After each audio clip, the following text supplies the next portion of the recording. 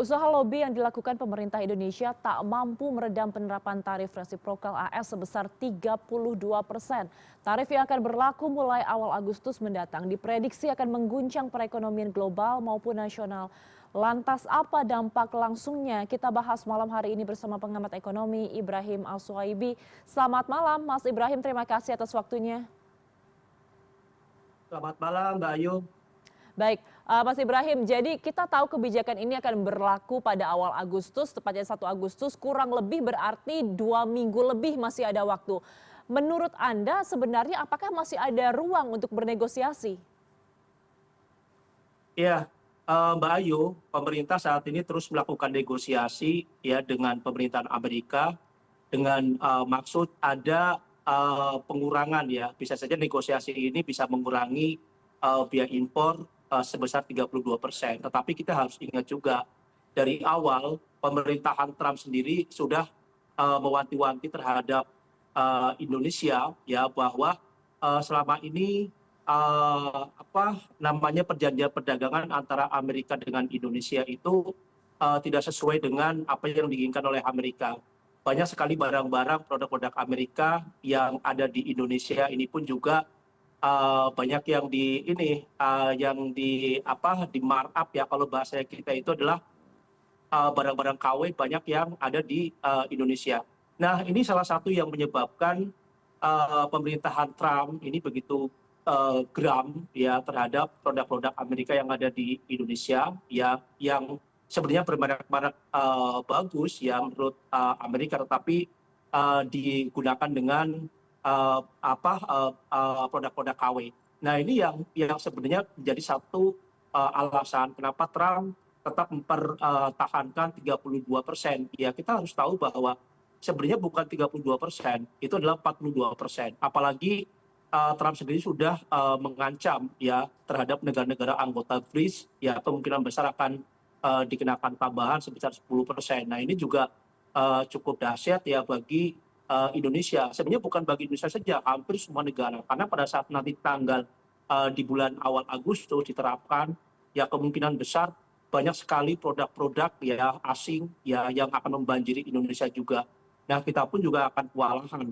Ya, kita harus ingat periode pertama pada saat Trump menjabat sebagai presiden, ya bagaimana perang dagang antara Amerika dengan Tiongkok yang terjadi, banyak sekali barang-barang dari Tiongkok masuk ke Indonesia. Nah, ini yang harus diperhatikan oleh pemerintah. Ya, memang pemerintah sudah berpengalaman di periode pertama bahwa banyak sekali barang-barang asing yang masuk ke dalam negeri ya. Semoga dengan adanya pengalaman tersebut ya pemerintah bisa menjaga ya stabilitas untuk barang-barang ya dari dalam negeri sendiri, karena ini akan nyasar terhadap barang-barang padat karya ya seperti konveksi ya, kemudian alas kaki. Nah, ini yang kemungkinan besar akan harganya ini akan bersaing yang cukup ketat, sehingga apa persaingan ini tidak bisa membawa produk-produk dalam negeri itu untuk bersaing dengan produk dalam luar negeri yang masuk dengan harga yang relatif lebih murah. Itu Bayu. Baik, Mas Ibrahim, jadi saya menekankan kembali meskipun Menko Perekonomian Airlangga Hartarto sudah diutus ke Amerika Serikat untuk melakukan negosiasi, Anda mengatakan bahwa sebenarnya kemungkinan untuk menekan tarif resiprokal ini akan sangat rendah. Betul Bayu ya, karena kita melihat bahwa dalam waktu 3 bulan ya Trump memberikan perjanjian ya biaya impor dengan negara-negara, hanya 3 negara yang mereka bisa terlaksana ya, salah satunya Vietnam. Tetapi Indonesia yang sebenarnya dari awal sudah melakukan negosiasi ke Amerika, tetapi rupanya tidak ada sama sekali hasil yang memuaskan. Ya, sampai-sampai bahwa pemerintahan Trump sendiri adalah menyurati terhadap Presiden Prabowo ya sebesar 32%. Artinya apa? Bahwa ada yang tidak sinkron ya antara apa yang diinginkan pemerintah Indonesia ke Amerika dan Amerika apa yang diinginkan Indonesia. Karena kita tahu bahwa pemerintah Indonesia sudah memberikan ya berbagai alternatif, bahkan biaya impor 0% ya dan lain-lain, tetapi rupanya tidak diaminin oleh Amerika. Bahkan Amerika, Trump sendiri meminta bahwa Indonesia harus mempunyai pabrik ya yang membangun di Amerika. Nah, ini yang sampai saat ini pemerintah Indonesia belum memberikan respon yang positif pernyataan dari Trump. Itu Mbak Ayu. Mas Ibrahim, menarik tadi Anda mengatakan salah satu syarat dari Donald Trump agar tarif ini bisa ditekan atau bahkan dihilangkan 100% alias 0%. Nah, dengan cara investasi di Amerika Serikat dengan membangun pabrik, mungkin tidak sih sebenarnya pemerintah Indonesia melakukan hal tersebut? Ya bisa saja Mbak Ayu. Tapi kita harus tahu bahwa dalam kondisi seperti ini, ya mungkin pemerintah pun juga akan berpikir dua kali. Karena saat ini pun juga daya beli masyarakat di dalam negeri sedang mengalami satu permasalahan. Apalagi pengangguran, ya PHK di Indonesia sendiri pun juga terus mengalami peningkatan dari bulan ke bulan. Kalau seandainya Indonesia melakukan investasi ya di Amerika, investasi seperti apa? Nah ini yang harus dipikirkan oleh pemerintah. Sehingga apa? Sehingga dalam minggu ini ya Menko Perekonomian melakukan lawatan ke Amerika untuk melakukan negosiasi. Mungkin negosiasi itu juga ada hubungannya adalah dengan investasi di Amerika. Tetapi seberapa kuat ya Indonesia untuk melakukan investasi di Amerika? Nah ini yang kita harus menunggu nanti apa jawaban dari Menko Perekonomian pada saat kembali dari Amerika. Itu Mbak Ayu. Baik Mas Ibrahim, tadi sebelumnya Anda sempat menyebutkan bahwa sektor-sektor yang paling akan terdampak dengan penerapan tarif Trump ini salah satunya adalah padat karya, kemudian konveksi. Nah, dengan adanya penerapan tarif baru di awal Agustus nanti, kira-kira sektor mana lagi yang paling terdampak, Mas?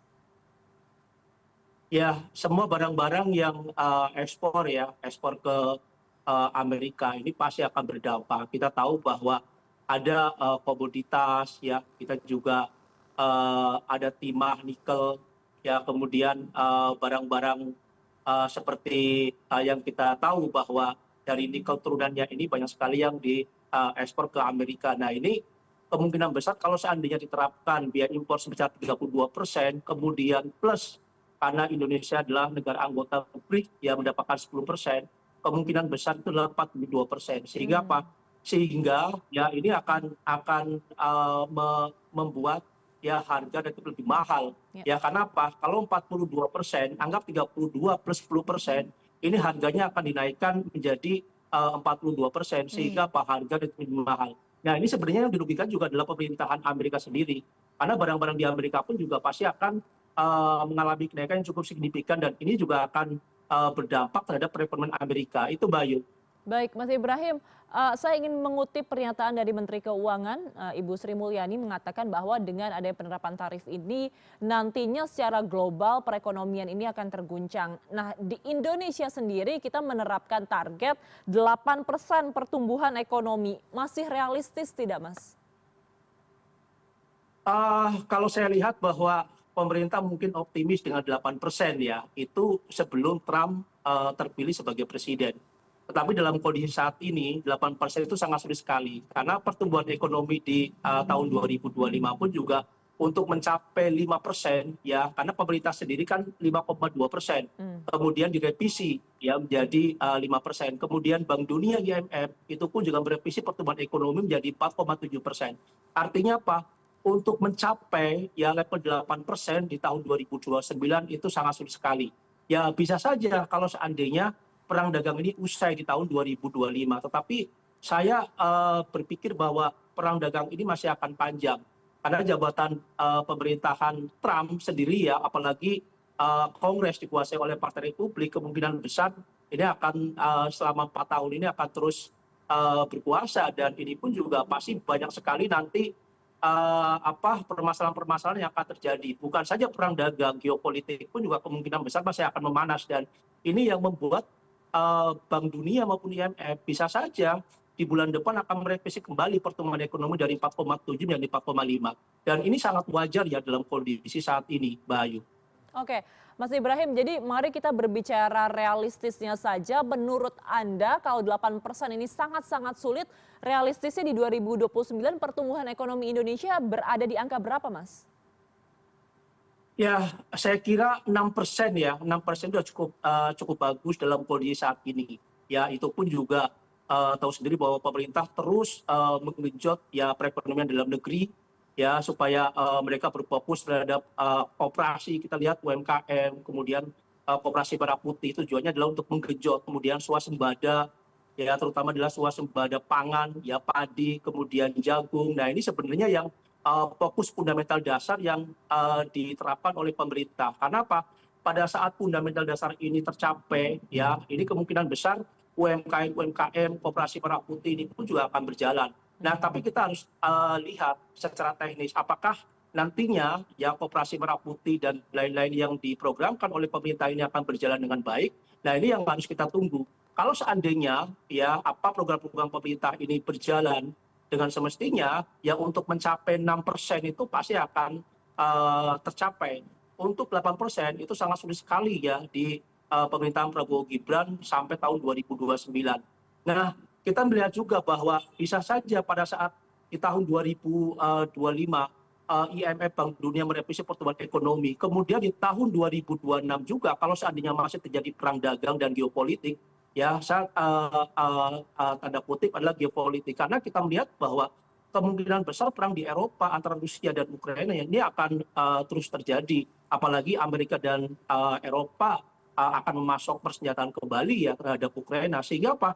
Ini akan membuat ya kekacauan geopolitik yang mengakibatkan perlambatan ekonomi sehingga apa di tahun 2026 pun ya kemungkinan besar pertumbuhan ekonomi global dan Indonesia pun juga akan direvisi walaupun saya sangat wajar pada pemerintah pemerintah begitu optimis bahwa di 8% itu ya seorang pemerintah ya memang harus optimis kalau tidak optimis jangan jadi pemerintah gitu Mbak Ayu.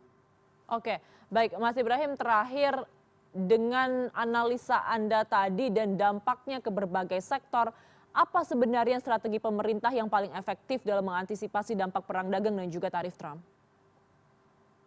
Ya, dari awal bahwa pemerintah pun juga sudah membuat satu strategi-strategi baru, berarti mencari pasar-pasar baru, bukan saja di Amerika. Dengan masuknya Indonesia terhadap anggota BRICS, ya ini pun juga bisa mencari peluang-peluang baru, ya pasar-pasar baru terhadap negara-negara tersebut.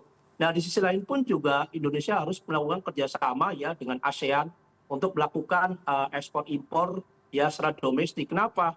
Karena pada saat nanti perang dagang kita tidak mungkin dikenakan tarif begitu besar kemudian Indonesia akan melakukan ekspor ke Amerika, pasti akan mencari pasar-pasar baru. Begitupun juga negara-negara lain pasti akan mencari pasar baru. Nah, persaingan inilah yang harus diperhatikan oleh pemerintah. Ini kemungkinan besar kalau seandainya terjadi kemudian pemerintah pun juga tidak bisa mengimbangi ya kemungkinan besar perlambatan ekonomi ya daya beli masyarakat akan menurun. Ya yang tadi saya katakan bahwa PHK ya kemudian pengangguran, pertumbuhan ekonomi kemungkinan juga akan menyusut 0,2 sampai 0,5%. Nah ini yang harus dijadikan sebagai PR terberat bagi pemerintahan Prabowo Gibran saat ini. Karena apa? Karena pada saat Prabowo Gibran ya memimpin bersamaan dengan Trump memimpin perang dagang geopolitik yang begitu luar biasa, ini PR yang harus bisa diselesaikan oleh kabinet Prabowo Gibran. Itu Mbak Ayu.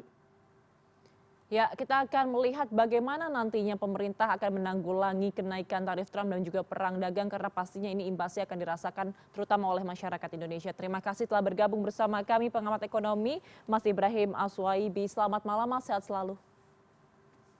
Ya, selamat malam Mbak Ayu.